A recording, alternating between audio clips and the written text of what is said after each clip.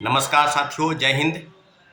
BPSC की जो कार्य प्रणाली है और जिस प्रकार से 17वीं बीपीएससी पीटी परीक्षाएं हुई, पूरी तरीके से बीपीएससी द्वारा आयोजित इस परीक्षा में कई परीक्षा केंद्रों पर, खासकर पटना के जो बापू परीक्षा केंद्र है परिसर, उसमें जो अनियमितता बरती गई, जो जिस तरह के छात्रों अभ्यर्थियों का विरोध देखने को मिला, पूरी तरीके से बीपीएससी की जो कार्य प्रणाली है और बीपीएससी के काम करने का जो तौर तरीका है, घोर लापरवाही जो है वो सामने आया है।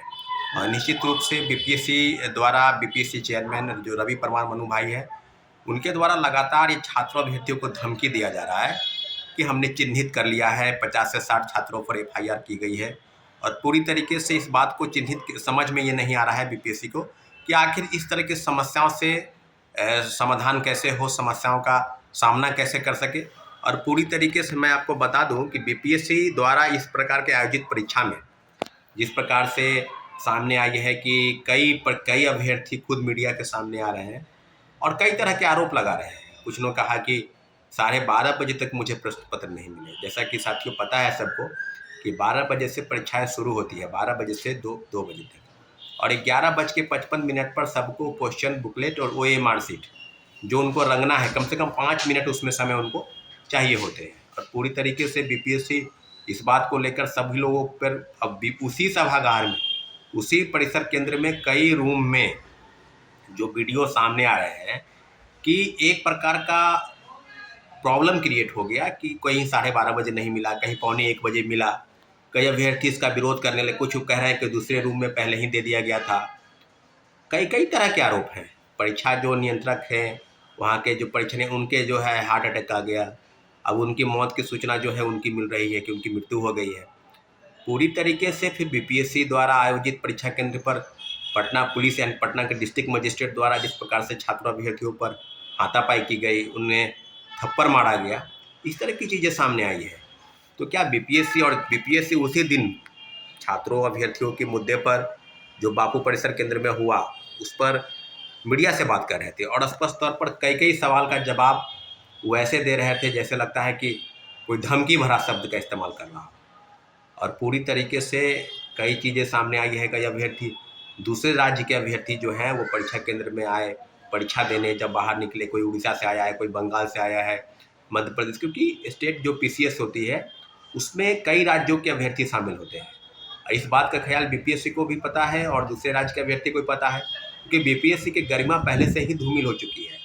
शिक्षक बहाली के दोनों पेपर TRD 2 और TRD 3, इसमें पेपर लीक के सबूत मिले। पेपर लीक पर कार्रवाई के संदर्भ में कितनी चीज़ें हुई, 300 लोगों की गिरफ्तारी हुई। TRD 2 में कौन सरगना है, कहाँ से पेपर लीक हुआ, आर्थिक अपराध इकाई तो बेहतर बता रही है। अब जांच चल रही है पटना बीपीएससी द्वारा, जो बीपीएससी पर जांच बीपीएससी खुद कर रही है, जो बीपीएससी खुद कई गलत कुकृत्य में शामिल है। 66वीं पेपर लीक कांड हुआ, 67वीं पेपर लीक कांड हुआ, पूरा कुकृत्य साबित हो गया।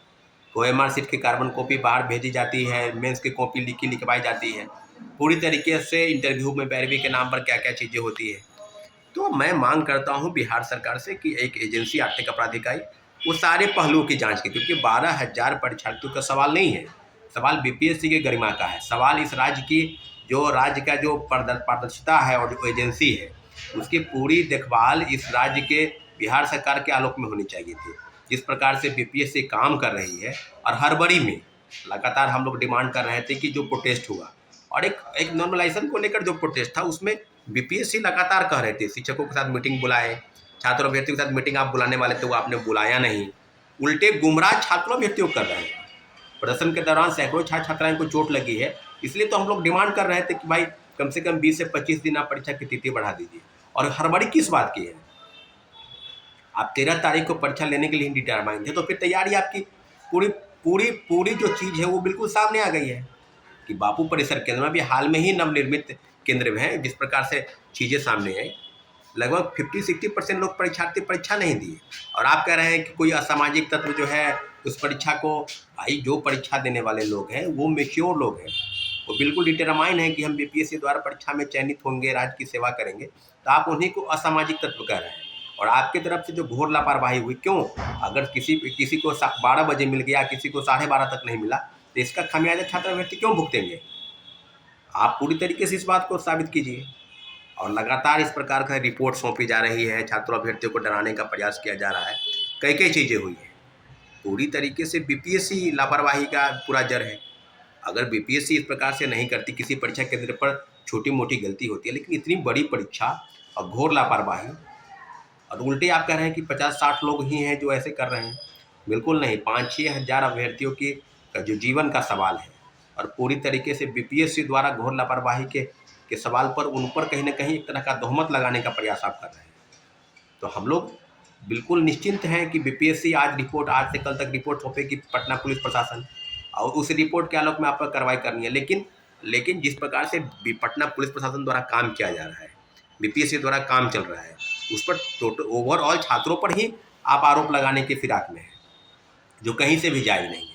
उस परीक्षा केंद्र में लापरवाही की वजह से हजारों अभ्यर्थियों का जीवन जो है दांव पर लग गया। इसलिए हम लोग डिमांड करते हैं कि उस परीक्षा केंद्र की जो परीक्षा है उसको रद्द की जाए और फिर एक नई तिथि की घोषणा की जाए, ताकि अभ्यर्थी को संतोष हो सके।